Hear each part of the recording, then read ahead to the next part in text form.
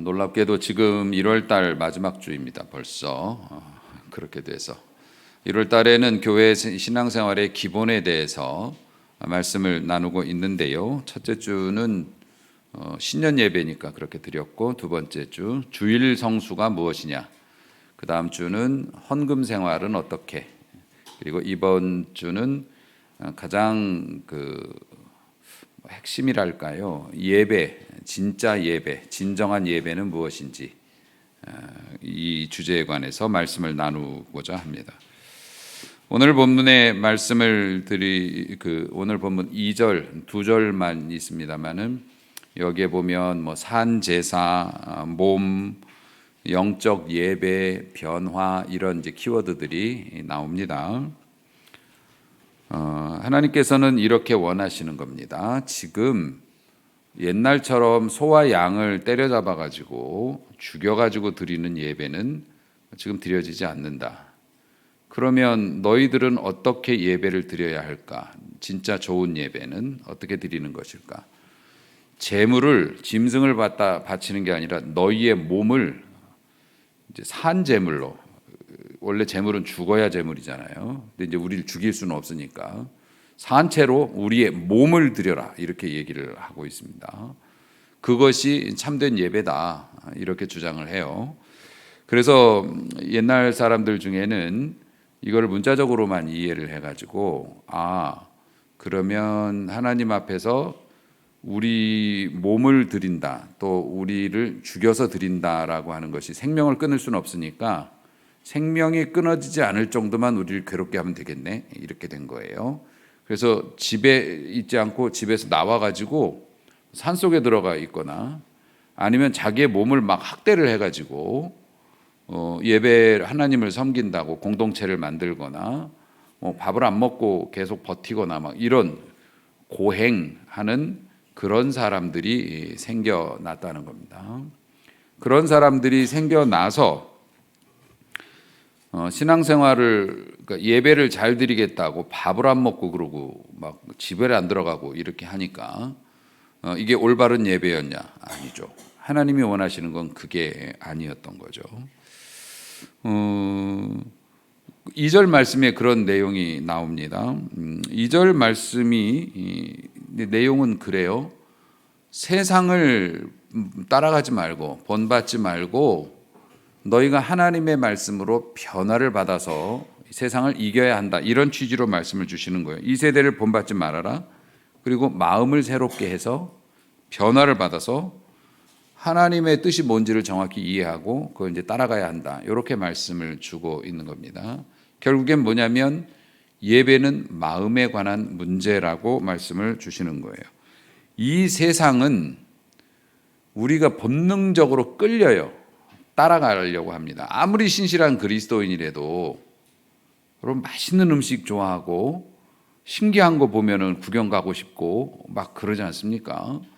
더 누가 나쁘고 막 이상한 데로 가려고 하겠어요. 더 좋은 집, 더 넓은 집, 깨끗한 집, 이런 거 좋아하고 자동차도 그렇고 뭐든지 간에 그런 거를 추구하는 게 인간의 삶인데, 그것만 추구하는 것이 이 세대인데 우리가 그런 거 좋아해가지고 따라가다 보면 이 세상에 물들어가니까 세대를 본받지 말고 너희가 변화를 받아야 된다, 이렇게 말씀하잖아요. 세대를 본받지 말고 변화를 받아. 변화를 받으려면 어떻게 해야 되느냐? 마음을 새롭게 해야 돼요. 마음을 새롭게 하는 게 뭐냐? 예배에서 승리자가 되는 거죠. 예배 성공을 해야 마음이 새롭게 되고 우리가 변화될 수 있다. 그것이 참 예배자의 모습이다, 이렇게 얘기해요. 이렇게까지 말씀을 드리면 여러분 전혀 모르겠죠, 뭔 얘기를 하는지. 아직 지금 잠도 들겠는데 추워 죽겠구만. 그래서 제가 좀 더 자세히 설명을 드리고자 합니다. 사실 이 내용은 뭐냐면 너희를 둘러싼 세상이 너희를 세상의 틀 안에 집어넣지 못하게 하라.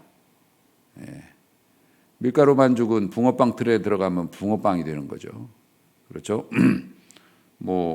호빵으로 변할 수도 있고 붕어빵으로 변할 수도 있고 틀에 맞춰지는 겁니다. 우리가 세상을 따라가고 흠모하면 예배자들조차도 하나님의 백성조차도 세상 사람들의 틀에 들어가서 거기에 맞춰져서 구워진단 말이에요. 그렇게 하지 말라라고 말씀하세요. 왜냐하면 그 틀이 좋은 게 아니고 그 틀의 끝은 멸망이기 때문에 그렇다는 겁니다. 그래서 로마서 12장 1절 2절 이 본문의 말씀은 사실은 그러니까 듣는 사람이 예수 안 믿는 사람이 아니에요. 여러분 같이 예수를 영접하고 하나님을 잘 믿기 원하는 사람을 향한 메시지라고 하는 거예요. 그러니까 여러분에게 주시는 말씀이고요. 올 한 해 우리의 목표이기도 합니다. 여러분이 참된 예배자가 되고 싶다면 방법부터 알려드릴게요. 우리는 방법을 좋아하니까. 참 예배자가 되고 싶다면 물론 예배는 이제 두 가지가 있는 건 아시죠? 영적인 예배와 육적인 예배가 있어요. 요게 육적인 예배예요. 그래서 육적인 예배도 잘 드려야 합니다. 이게 두 날개 같아서 영적인 예배와 육적인 예배가 균형 있게 해야 진도가 나가는 거예요. 이런 이제 육적인 예배는 여러분들이 어떻게 해야 예배를 잘 드리는 건지는 아시잖아요. 일단 뭐 떠들지 말아라, 졸지 말아라, 뭐 일찍 나와라, 예물을 잘 바쳐라, 이런 내용들일 거고, 영적인 예배가 지금 문제가 되고 있으니까요. 이 영적인 예배는 어떻게 하느냐면은 일단은 준비를 잘 해야 돼요. 영적인 예배의 성공자가 되려면 그 준비가 뭐냐면은 이런 겁니다. 우리가 행동으로 이제 준비를 하는 겁니다. 다른 사람들은 지금 이 시간 뭘 하고 있을까? 대부분 집에서 뭐 살림하거나 어디 놀러를 갔거나 아니면 이제 피곤하니까 좀 더 자려고 누워 있거나 텔레비 보거나 뭐 다 그러고 있겠죠. 어쨌든 쉬고 있을 겁니다. 그런데 우리는 예배에 나와서 앉아 있습니다. 그 예배 뭐 나와서 그냥 앉는 게 아니죠. 나오려면 뭐라도 얼굴에 발라야 되니까 또 세수도 해야 되고 뭐 꽃단장 하고 일단 사람답게 하고 나오기 위해서 시간을 또 씁니다. 그렇게 하고 이 자리에 추운데 막 나와가지고 이 자리에 다 앉아 있습니다. 세상 사람들하고는 달라요. 이게 뭐예요? 거룩이라고 하는 겁니다. 거룩은 세상 사람들이 마땅하다 생각하는 것을 거부하고 하나님이 원하시는 거기 때문에 우리는 반짝반짝 빛나는 길, 편안한 길, 폭신한 길을 앞두고 힘든 길로 온 거예요. 이렇게. 이런 것도 굉장히 중요한 거죠. 그러니 육적인 예배를 드리기 위해서 여러분이 시간과 정성을 들이고 애써 준비하고 이런 것들도 영적인 예배에서 성공하는 요소가 되고, 또 하나 세상 사람들이 번 돈 다 자기를 위해서 쓰죠. 그것도 모자라서 대출받아도 쓰고 뭐 그럽니다. 그런데 우리는 하나님 앞에 드립니다. 이것도 다르죠. 좀 더 현실적으로 보면 세상 사람들 술집에 가서 술 먹고 막 그렇게 하는데 우리는 그렇게 하지 않습니다. 정말인가요? 네. 요즘에 맥주는 술이 아니다라고 자꾸 주장하는 사람들이 있어가지고 세상 사람들은 어쨌든 뭐 자신들의 즐거움을 위해서 별로 가리는 게 없죠. 법적으로 규제된 것만 아니면 뭐 이렇게 하는데 우리는 거기에 덕이 되는지를 살피게 됩니다. 그리스도인이니까. 그래서 우리는 당연히 술도 먹을 뭐 자유도 있고 권리도 있지만, 그러나 하나님께서 너희의 몸은 하나님이 거하시는 거룩한 성령의 전 집이니까 더러운 것들로 오염시키지 말라 해서 술, 담배도 삼가하고 있고, 특히 우리 한국 교회는 그것을 전통으로 여기고 있죠. 우리는 그렇게 삽니다. 그렇게 살아요. 이런 게 뭐냐면은 우리가 할 자유가 있지만 스스로 종이 되어 하나님께서 기뻐하시지 않는 것들을 내 삶에서 밀어내면서 고통을 감수하면서 밀어내요. 손해를 감수하면서. 이게 몸으로 드리는 예배예요. 이게 영적인 예배죠. 몸으로 드리는 예배입니다. 그러니까 이게 제대로 된 예배는 뭐냐면 육적인 예배는 이 1시간으로 끝나죠. 하지만 우리가 몸으로 드리는 예배는 24시간이에요. 24시간 모든 분야에서 우리의 예배가 이루어지는 거예요. 그러니까 여러분, 이 육적인 예배에서 여러분이 은혜를 받기를 원한다면 영적인 여러분의 삶의 영역에서 그리스도인답게 살아가는 준비 과정이 필요한 거예요. 사람들은 이렇게 생각해. 우리가 개떡같이 살아도 우리 목사님이 신령해가지고 말씀을 기가 막히게 증거해서 우리를 막 박살 내주면 좋겠다.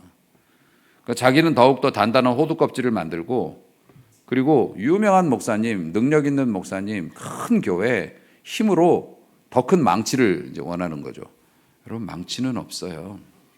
세상에서 제일 설교 잘하는 목사님이 뭐 누구신지는 모르겠는데 그분이 와서 데려놓고 아무리 설교해도 어린아이 마음 하나 못 돌려요. 인간의 마음을 변화시키는 건 하나님이 하시는 일이에요. 설교자가 여러분의 마음을 즐겁게 하고 여러분에게 막 눈물 콧물 쏙 빼게 할 수도 있지만 결국 집에 가서 말 안 듣을걸. 집에 가서 마음대로 살걸요. 여기선 좋다고 은혜 받았다고 가지만 집에 가서 삶에서 변화가 안 일어나면 예수 믿는다는 거 여러분이 마음으로 결정하면 되는 줄 알죠? 아니요. 하나님이 도우셔야 해요. 그러니까 설교자가, 물론 제가 뭐 목사님 책임 아니다, 여러분이 은혜 못 받는 게 뭐 이러려고 하는 것이 아니라, 여러분이 여러분의 삶 속에서 여러분 마음대로 살고 여러분의 습관대로 살고 교회에 나와서 센 목회자, 나를 부셔줄 수 있는 목회자만 찾아다닌다면 여러분은 영원히 답을 얻지 못할 거예요. 하나님의 말씀이 부족해서가 아니라 우리의 삶이 뚜껑을 덮고 들어오는 삶이란 말이죠. 아무리 하늘에서 단비가 쏟아지고 뭐 설교 잘 못하시는 목사님은 까랑비고 설교 잘하시는 목사님은 소낙비고, 소낙비면 뭐하고 단비면 뭐하고 폭포수 밑에 들어가면 뭐예요? 밥그릇 뚜껑 덮고 들어가면 똑같은 걸. 그 뚜껑이 얼마나 견고한지. 사랑하는 성도 여러분, 우리가 하나님 앞에서 우리의 삶을 거룩하게 하는 거 복잡할 것도 없어요. 양심에 찔리면 하지 마세요. 양심에 찔리는데 왜 그걸 극복하냐고. 큰 이익도 아닌 거를. 손해가 좀 정직하게 살고 다른 사람들 좀 살피면서 살고, 그리고 하나님 앞에서 누가 지름길 몰라요. 우리가 얼마나 똑똑한데. 그럼에도 불구하고 하나님이 기뻐하시지 않는 그런 거니까 우리가 그냥 쓰는 숨 지으면서 하면 좋은데 그러면 또 뒤돌아서는 거. 이런 것이 여러분의 예배 준비 과정이고, 그런 과정을 겪고 나서 이 자리에 와서 예배를 드릴 때 성공적인 예배자가 될 수 있다.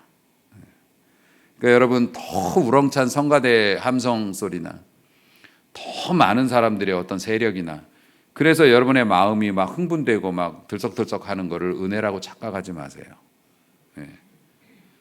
사랑하는 성도 여러분, 진짜 여러분들이 은혜 받으면 고민이 생깁니다. 그러니까 여러분, 제가 막 여기에서 설교 자리에서 진짜 기가 막힌 유머 같은 걸 해갖고 여러분을 빵 터뜨려 가지고서 와, 우리 목사님 진짜 설교 잘해. 그건 아니에요. 진짜 제대로 여러분이 예배를 드리고 말씀을 통해 은혜 받으면 거룩한 근심을 가지고 이 자리에서 나가는 거예요. 걱정되는 거예요. 부담되는 거예요. 마음에 찔려 가지고 그걸 내가 할 수 있을까? 이거 내가 가능할까? 이런 고민을 가지고 빠져나가는 거예요. 여러분, 우리 정치하시는 분들, 또 공직에 이렇게 올라가시는 분들 보면은 청문회, 요즘도 뭐 청문회 가지고 뭐 난리도 아닙니다만은, 여러분들 특히 우리나라 같은 경우에는 정치하시는 분들, 국회의원들이나 이런 분들 중에 상당 부분이 교회 중직자예요. 그리고 비리에 연루돼서 감옥 가 있는 분의 상당수도 교회 중직자라고요. 거기 가면 당회도 할 수 있어요. 교도소 안에서 재직회 가능합니다. 그러니까 우리가 뭐 요즘에는 워낙 정치인들이 청문회를 하거나 뭐 이런 데서 막 보면은 뭐 여야를 막론하고 막 소리 지르고 막 무매너로 하시는 분들 있잖아요. 근데 나중에 알고 보면 그런 분들이 그 교회 장로님이래. 놀라운 일이 아닐 수가 없어요. 그러니까 이게 심지어는 우리 역사를 봐도 우리 민족사에서 끔찍한 일들을 자행했던 사람들 중에서도 교회 중직자들이 많다고요. 우리나라 대통령 중에서 사람을 제일 많이 죽인 대통령이 누군 줄 아십니까? 이승만 대통령이라고들 해요. 왜냐하면 6.25 그 전쟁 때 자신이 잘못된 정치적인 판단을 하고 자기의 이익만을 추구했기 때문에 수많은 백성들이 억울하게 죽었거든요. 그리고 학살도 당했고, 그 사람 목회자였습니다. 전형적인 신학을 공부했던 분이고. 그러니까 여러분, 예배를 드리면서 그냥 나이스하게 예배를 잘 드렸어요. 그리고 아무 고민이 없어요. 계속 그렇게 예배를 드려요. 여러분이 삶에서 예배 준비가 실패가 되면 고민 있는 예배를 못 드리게 되고, 고민 있는 예배에 고민이 없으면은 습관이 돼요. 습관이 되면 착각을 합니다. 그러니까 여러분이 예배의 은혜를 못 받으면 이게 못 받는 게 습관이 되고, 그 다음에 습관이 되면 착각을 한다고요. 무슨 착각을 하냐면 진짜 무섭죠. 내가 좋으면 하나님도 좋을 거라고. 그런 착각을 하는 겁니다. 그래서 나의 기쁨과 하나님의 기쁨의 차이를 잘 몰라요. 그래서 뭐가 됐든지 간에 내가 잘 되면 하나님이 기뻐하시고 영광 받는 거다. 왜냐하면 내가 교회 직분자니까. 그래가지고 뇌물을 받아가지고 11조 해가지고 교회 건물 짓겠다고 그러고 그래요. 하나님께서 진짜 구역질 나서 토해버리고 싶다고 그러는데 내가 좋으면 하나님도 좋은 거 아니에요? 이런 생각을 하게 됩니다. 이게 좀 더 가면 어떻게 되는 줄 아십니까? 예배는 잘 드려요. 교회에서는 뭐 멀쩡합니다. 내가 선하니까 내가 기준이 돼요. 그래서 어떻게 되냐면 나의 선함 때문에 다른 사람이 상처를 입어요. 난 교회 잘 나오거든요. 교회 예배 생활 문제 없거든요. 헌금 생활도 문제가 없어요. 그런데 그거를 지적을 해요. 그것도 아픈 말로 뒤에서 얘기를 해요. 그렇게 해서 나 중심적으로 생각해. 내가 선한데 왜 넌 선하지 않지? 이러면서 정죄의 칼날을 들이대요. 그래서 착한 나 때문에 시험 받는 사람이 생겨요. 이게 뭐냐면 육체적으로만 예배를 드리는 사람들의 전형적인 모습이에요. 그래서 하나님은 괴로우신 거예요. 그렇게 예배 드릴 것 같으면 누가 내 대신 성전의 문을 좀 잠궈줬으면 좋겠다. 못 들어오게. 역겨운 거죠. 왜냐하면은 자기 의가 있고 그냥 자기 고민이 없이 우리 목사님 요즘 컨디션이 안 좋으신가 봐. 말씀이 시원찮네. 이렇게 판단만 하고 가는 거예요. 여러분, 사실 우리가 정말 은혜 가운데 있으면 설교도 필요 없을지도 몰라요. 구구절절 설명하고 내가 무슨 약을 파는 것도 아니고, 물론 신약과 구약을 팔지만 어쨌든 그런 것도 아닌데 구구절절 이게 저렇고요 저게 저렇고, 이것도 참 민망할 때가 있습니다. 성도 여러분은 계속 모르겠다 그러고 계속 얘기하고, 사실 우리는 성경 봉독만 해도 그 말씀이 벌떡 일어나서 우리의 멱살을 붙잡고 은혜와 축복의 길로 끌고 나갈 거예요. 왜요? 우리가 우리의 삶 속에서 온전한 예배자의 삶을 살았다면. 저는 그렇게 확신하고 있습니다. 여러분, 누가복음 15장에 보면 탕자의 비유가 나옵니다. 이 탕자의 비유는 뭐 간단하게 설명드리면 아버지가 있고 큰아들 작은아들이 있어요. 근데 작은아들 놈이 미쳐가지고 이게 뭐에 정신이 나갔는지 돌아가시지도 않은 아버지한테 내 몫의 유산을 먼저 달라고 그래요. 그걸 또 아버지가 주었네. 그래서 이 돈이 많이 생기니까 이걸 들고 나가서 이런 방탕한 놈이 가서 기생집에 가서 다 해먹고 막 이러다가 쫄딱 거지가 됐어요. 그래서 이제 돈이 없으니까 고생길이 시작이 됐는데 이리저리 다니면서 집에는 못 가고, 그러다가 나중엔 돼지우리에 들어가서 돼지 먹는 거 훔쳐먹다 돼지한테 어미꾸지짐을 당해요. 그러니까 사람이 너무 바닥까지 내려가니까 이제 죽게 생기니까 이런 생각을 해요. 죽어도 우리 아버지 집에 가서 죽어야겠다. 그래가지고 집에 또 갑니다. 우린 흔히 그것을 기어들어왔다고 얘기를 하는데, 기어들어가가지고 아버지한테 뭐라 그러냐면, 아버지 잘못했습니다. 제가 죽게 됐는데 염치도 없고 제 재산도 이미 받았으니 이제는 저를 아들이라고 말고 종놈이라고 불러주시고 밥만 먹여주시면 제가 이 집에서 살고 싶습니다. 그랬더니 아버지가 그 자식에게 금가락지를 빼가지고 손가락에 끼워줬어요. 요즘 금 한 돈이 얼마인 줄 알아요? 그 귀한 금가락지를 빼서 끼워주면서 죽었던 내 아들이 다시 살아 돌아왔다 하면서 집에서 잔치를 벌였어요. 그것도 살찐 송아지를 잡아가지고 잔치를 막 배설하니까 모든 사람들이 기뻐하고 박수치고 좋아하고 아버지도 신나고 그러는데, 그날 쎄한 사람이 하나 있다고요. 누구요? 큰아들. 아버지, 너 얼굴 왜 그러냐? 그랬더니, 아버지, 저 놈의 자식은 좀 더 심한 얘기를 하고 싶은데 예배니까, 아버지 소중한 재산 가져다가 불효하고 나서 기생한테 갖다 바치고 집안 망신을 시킨 저런 놈이 집에 기어들어왔는데 아버지는 뭐가 좋다고 그렇게 저 비싼 손까지 잡아가지고 잔치를 합니까? 제가 아버지 명령 거스린 적이 있으니까 아버지 일 제가 다 도맡아 했습니다. 그리고 제 친구들하고 놀게 양 한 마리만 달라고 그래도 그거 아깝다고 안 주시고 그랬습니다. 그런데 저런 처죽일 놈한테 이런 비싼 송아지까지 잡아서 잔치를 하고 말이 됩니까? 근데 여러분 생각해 보십시오. 이 말씀이 어떤 주제의 말씀인가요?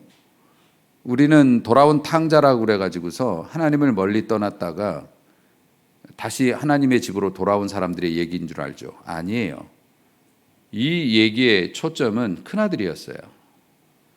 그러니까 주님은 이 비유를 주실 때 이스라엘 유대인들 들으라고 한 거예요. 유대인들이 큰아들이었거든요.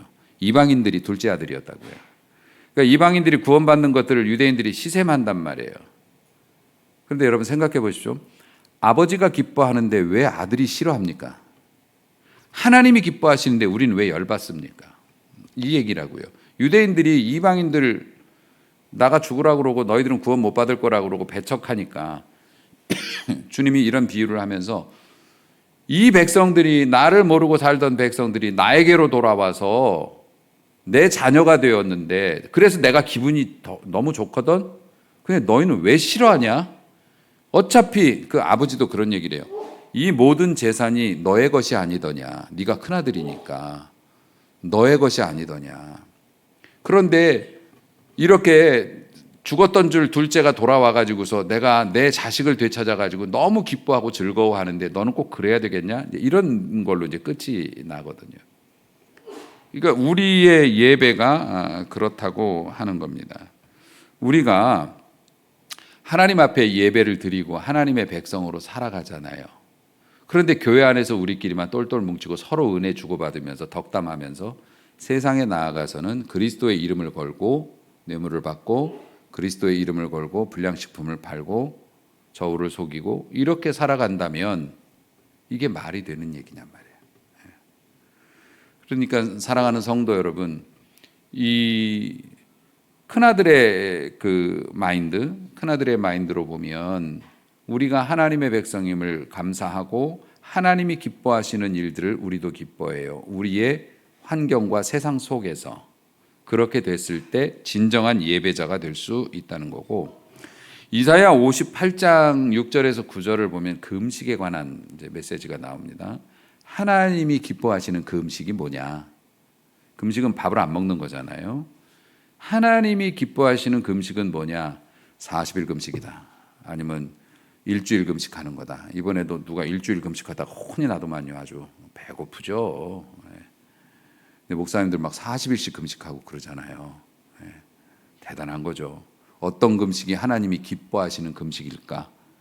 사람들은 40일 금식이라고 생각하겠지. 그런데 이사야서를 통해서, 이사야 선지자를 통해서 하나님이 내가 원하는 금식은 말이야 하면서 메시지를 주세요. 근데 그 금식이라는 걸 우리가 예배로 대체해도 전혀 무리가 없어요.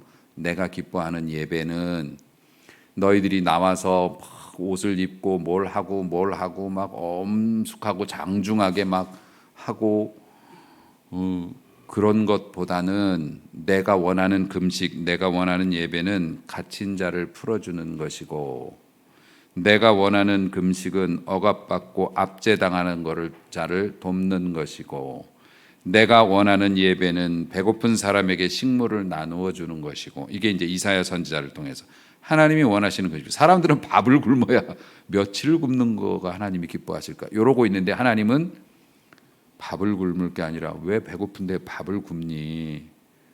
너희는 밥을 먹고 열심히 힘을 내서 억울한 사람, 갇힌 자, 그리고 너의 것을 조금씩 떼어서 배고픈 사람에게 나누어 주고, 그리고 가난한 사람을 집에 좀 초대해보고 대접해보고, 특별히 가난한 친척을 보면 모른 채 하지 말라고, 그런 것들을 하나님이 내가 기뻐하는 금식이라고 말씀하셔요.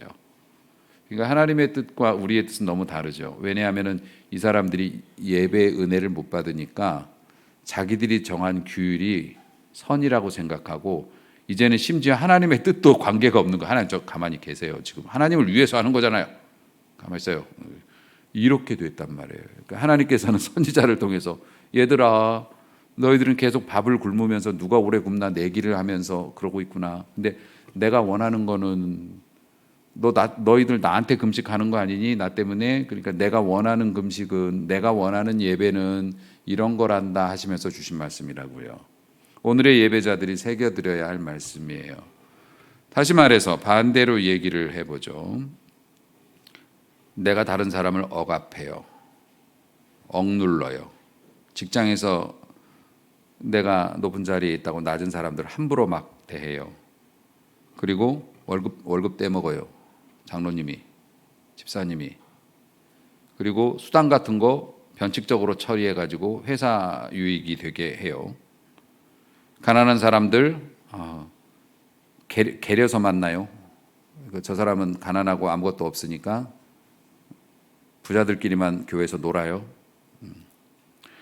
심지어는 내 혈육, 내 형제들이나 또 부모님이 물질로 인해서 고통당하는데, 물론 엉뚱한 사업하다 들어먹고 고통당하는 건 뭐 본인이 자초한 일이긴 하지만, 그래도 어쨌든 내가 할 수 있는 부분이 있는데도 괘씸해서 안 해요. 엄마 아버지가 나한테 해준 게 뭐 있어 이러면서 내가 할 수 있는데도 안 해요. 그럼 여러분, 엄마 아빠가 잘못해서 여러분이 고생했을지 몰라도, 그래서 여러분이 안 하는 것 때문에 하나님이 기뻐하시는 삶을 못 사는 거예요. 그러면 마음을 새롭게 할 수가 없고, 마음을 새롭게 못하면 변화도 못 받아요. 진정한 예배자의 삶을 살 수 없다는 것이죠. 일단 교회 공동체도 마찬가지예요. 사회의 약자 편에 서는 것은 시대를 막론하고 교회에 주어진 사명입니다. 억울하고 가난하고 힘든 사람들, 세상에 의지할 것 없는 사람들이 교회에 나와서 도움을 받아야 해요. 사실 우리 지역은 예로부터 이게 이제 신도시 지역이기 때문에 농사 짓는 사람도 없고 뭐 판잣집도 없어요. 다들 아파트고 막 그러기 때문에, 예전에 저희가 상현동에서 오래 있을 때도, 그때도 이제 구제하기 위해서 가난한 사람을 찾는데 가난한 사람이 없어요. 동사무소에 우리가 돈을 모으거나 쌀을 모아가지고 이 지역에 가난한 사람들을 소개시켜 주시면 제가 저희가 가서 이렇게 좀 드리겠습니다 했는데, 동사무소 직원이 난색을 표시해요. 그래서 알려주는데 보면 아파트 주소 알려주는데 우리 집보다 더 커. 그런 실제로 그렇게. 그런데 여러분, 마음이 빈약한 사람들도 있잖아요. 세상에 의지할 것 없고 다 두렵고 무섭고 믿을 사람도 없고, 근데 너무 고통스럽고 괴로워서 혹시 교회라도 좀 나가면 좀 위로가 되고 도움이 될까, 그래서 나오는 거 아닙니까? 교회 나왔을 때 따뜻하게 맞아주고, 그리고 옆에서 이렇게 얘기도 들어주고, 내가 조금 이렇게 기대려고 하면 어깨 내어주고, 이게 뭡니까? 하나님이 기뻐하시는 금식, 하나님이 기뻐하시는 예배, 요게 된다는 겁니다. 교회는 그래야 하는 것이고, 우리에게 명하신 일이니까요. 그래야 그 교회가 밝은 교회고 좋은 교회가 될 수 있고, 그래야 은혜가 또 머물게 되는 거고요. 다시 강조합니다. 우리는 모두 밝은 곳을 좋아합니다. 높은 곳도 좋아하죠. 깨끗한 거 좋아합니다. 유명한 거 좋아하죠. 그래서 우리가 그렇게 되기 위해서 많은 수고와 노력을 합니다. 그런 자리로 가려고. 그런데 주님께서는 말씀을 통해서 항상 얘기해요. 그들이 걸어가는 그 길과 잠시라도 반대로 뒤돌아서 어렵고 낮고 천한 곳도 한번 들여다봐 줬으면 좋겠다. 거기서 살려는 건 아니고 좀 들여다봐 줬으면 좋겠다. 그래서 너희들이 할 수 있는 게 있으면 좀 해줬으면 좋겠다. 사랑하는 성도 여러분, 왜 그래야 됩니까? 우리가 예배에서 은혜를 받으면 그런 삶을 살라고 요구를 받고 그래서 우리가 부담스러운 거거든요. 왜냐하면은 귀등으로 흘려듣는 바리새인 같은 사람이 아니라면 실제로 이제 나에게 하신 하나님의 말씀이라고 생각하면 고민되잖아요. 부담되고. 그러니까 이게 은혜를 받는 건데 왜 그럴까? 예수님이 그렇게 하셨으니까요. 이 세상에는 어두운 곳이 반드시 있고 그것을 누가 찾아가야 돼요? 예수님께서 하늘의 영광을 버리시고 어둡고 죄로 가득 찬 이 세상에 스스로 들어오셨고 그리고 여러분 예수님이 활동을 어디서 하셨는 줄 아십니까? 예루살렘 안에는 이제 예루살렘 성이 있고 성전이 있지 않습니까? 여러분 예루살렘은 1년에 한두 번도 안 가셨어요. 예수님은. 그곳에 성전이 있잖아요. 그 성전의 주인이 예수님이시고 그리고 거기에 권력자들이 있고 돈이 있고 사람이 있고 그렇잖아요. 예루살렘 거기 항상 사람들이 사역을 하시고 싶으셨으면 거기 가가지고 한방 소리 지르면은 그런데 예수님은 산으로 들로 골목골목으로 다니시면서 어디 이상한 사람들 찾아다니시면서 귀신 쫓아내고 병 고쳐주고 뭐 그 사마리아 막 이런 데 가가지고 사람들이 원수처럼 여기는 개처럼 여기는 그런데 스스로 찾아가셔서 여자들 만나가지고 구원하시고 예수님은 예루살렘을 등지고 영문 밖으로 걸어 나가셨다고요. 그래서 그곳에서 사역을 하셨어요. 그래서 예수님의 마음이 그곳에 있으니 우리들도 그렇게 살기 원한다. 잠시라도. 특별한 사람들은 모든 것을 버리고 나를 따르라 하시지만 대부분의 많은 사람들에게는 삶의 한 절이라도 그분을 닮기 원하는 그런 마음이 있었으면 좋겠다. 제가 거듭 강조하죠. 우리 교회 예수님이 만약에 방문하신다면 일단 엘리베이터를 타고 딱 날아서 오실래나? 엘리베이터 탁 하면 송광호 집사님이랑 우리 안내자들이 탁. 우리는 안내가 또 잘 돼 있어가지고 다 반갑게 인사해 주시고 잘 맞이해 주시고 그렇게 하시겠죠. 예수님은 어디에 와서 앉아 계실까요? 만약에 여기 피아노 뒷자리 여기 의자에 앉아 계실까요? 강단 위에 올라와서 계실까요? 저는 주방에 가 계실 것 같아요. 물론 뭐 성가 연습하는데도 보시긴 하겠지만 여러 가지 봉사 중에서 주방 일이 그래도 좀 많이 힘들지 않습니까? 미안합니다, 성가대원들. 근데 여러분들도 주방 봉사도 하니까 너무 노여워하지 마시고 주방에서 설거지하는 사람들 옆에 서 계실 것 같아요.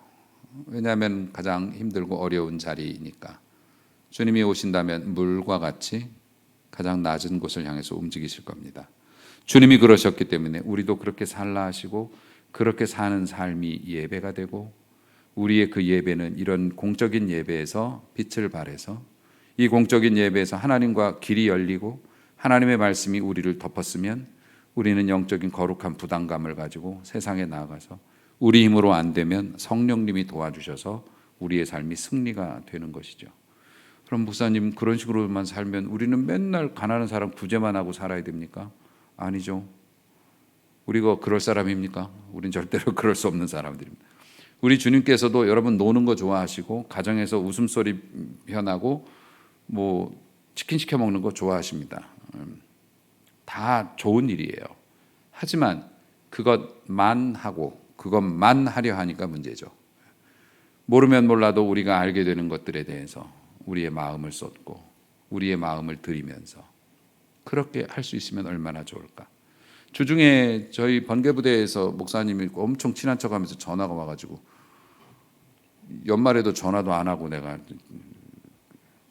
가지고 막 뭐라고 그러고 싶은데 전화 또 하지도 않아요. 저도 무슨 그게 뭐 우리가 선교비를 보낸다고 해서 뭘 하고 싶지도 않고 그러니까 전화도 안 하고 그냥 그러고 있는데 너무 반갑게 전화가 와서 웬일이세요? 그랬더니 이번에 혹한기 훈련 들어가는데 군인들 먹을 거 사줘야 되는데 돈이 없다고 좀 더 보내주면 안 되냐고. 지금 우리 다른 교회에 비해서 3배 선교비를 보내는데 그러니까 많은 것 같지만 30만 원밖에 안 돼요. 매달 그렇게 보내주는데 그리고 연말에 또 넉넉히 보내드렸는데 또 보내달라고. 그래서 아니 목사님은 이렇게 맨날 뭐 필요할 때만 전화합니까? 그리고 나서 얼마 필요한데요. 그랬더니 엄청난 거금이 필요하대요. 그래서 우리의 재정 능력으로는 할 수 없어요. 150만 원이 필요하다고 했거든요. 그래서 본인도 이제 눈치가 있으니까 조금이라도 되시는 대로 좀 보내달라 그렇게 말씀 주셔요. 근데 여러분 그런 이제 전화를 받았어요. 이제 우리는 교회적으로 받았고 여러분의 삶에서 그런 요청을 받았어요. 이거 짐이에요, 아니에요? 눈으로 보기엔 짐이에요. 우리의 것을 내줘야 되니까. 하지만 뭐예요? 하나님의 축복의 그릇이에요. 우리가 섬김을 요청받거나 우리가 봉사할 기회가 생기거나 내가 마음만 먹으면 그렇게 해야 되는 일들이 생긴다면 내가 선택을 할 수 있다면 이걸 짐이나 부담으로 여기지 마시라고요. 여러분의 삶에서 아름다운 예배와 헌신을 드릴 수 있는 기회니까 오히려 그런 것들을 우리에게 요청하신 분에게 사실은 감사해야 되는 거죠. 우리가 할 수 있는 기회를 준 거니까. 교회에서도 여러분들한테 이것 좀 해보시죠, 저것 좀 해보시죠. 왜 그럴까요? 사람이 없어서요. 물론 그런 것도 있지만 그거 없어도 예배는 드릴 수 있고 교회는 돌아가요. 다 돌아가요. 그럼 뭡니까? 여러분들이 그런 기회를 통해서 우리 주님 닮은 모습을 삶으로 실천할 수 있는 계기가 되고 그것이 여러분의 예배가 되어서 이렇게 드리는 예배에서 진정한 하나님의 마음을 만날 수 있고 마음이 새롭게 되어 우리의 삶이 변화될 수 있기 때문에 그래요. 이게 진정한 예배예요. 사랑하는 성도 여러분, 여러분의 지경이 넓어지기를 주의 이름으로 축복합니다.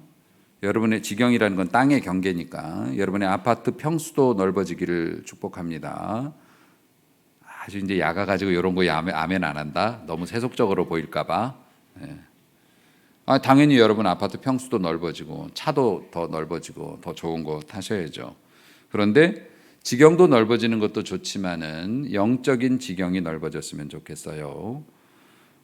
먼저 그의 나라와 의를 구하면 나머지 필요한 건 주님이 필요한 만큼 주시니까요. 그래서 여러분의 영적인 영토가 넓어지는 은혜가 있기를 주의 이름으로 축복합니다. 또 이런 실제 예배의 폭도 넓어지고 다시 말해서 이 예배만 일주일에 딸랑 1시간 드렸다면 뭐 금요일도 좀 나와 보실 수 있고 오후 예배도 참석한 이게 여러분의 지경이 넓어지는 거예요. 영적인 영토가 넓어지는 거고 그리고 여러분이 뭐 1시간만 이렇게 경건하고 나머지는 그냥 허리띠 풀고 살았다면 우리가 좀 더 하나님 앞에서 가정에서도 좀 더 경건 생활을 유지하거나 말씀을 살피거나 아니면 뭐 기도를 하거나 이런 부분들 여러분의 영토가 점점 넓어지는 거죠. 단언컨대 살림도 예배예요. 장사도 예배예요.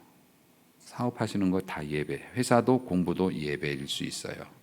어떤 마음으로 내가 이 일을 하느냐에 따라서 그게 예배가 된다고요. 이게 우리가 드릴 몸으로 드리는 영적 예배예요. 여기에서 성공할 때 진정으로 이 예배를 통해서 하나님의 놀라운 은혜와 심지어 능력, 나에게 없던 힘이 공급되어진다. 예배의 성공자가 되시길 주의 이름으로 축복합니다. 우리의 삶의 모든 영역이 주님이 납득하실 만한 거룩한 삶으로 변화되므로 여러분이 예배자로서 힘을 얻고 세상을 이기는 승리의 백성으로 살아가실 수 있기를 주의 이름으로 축복합니다. 기도합니다.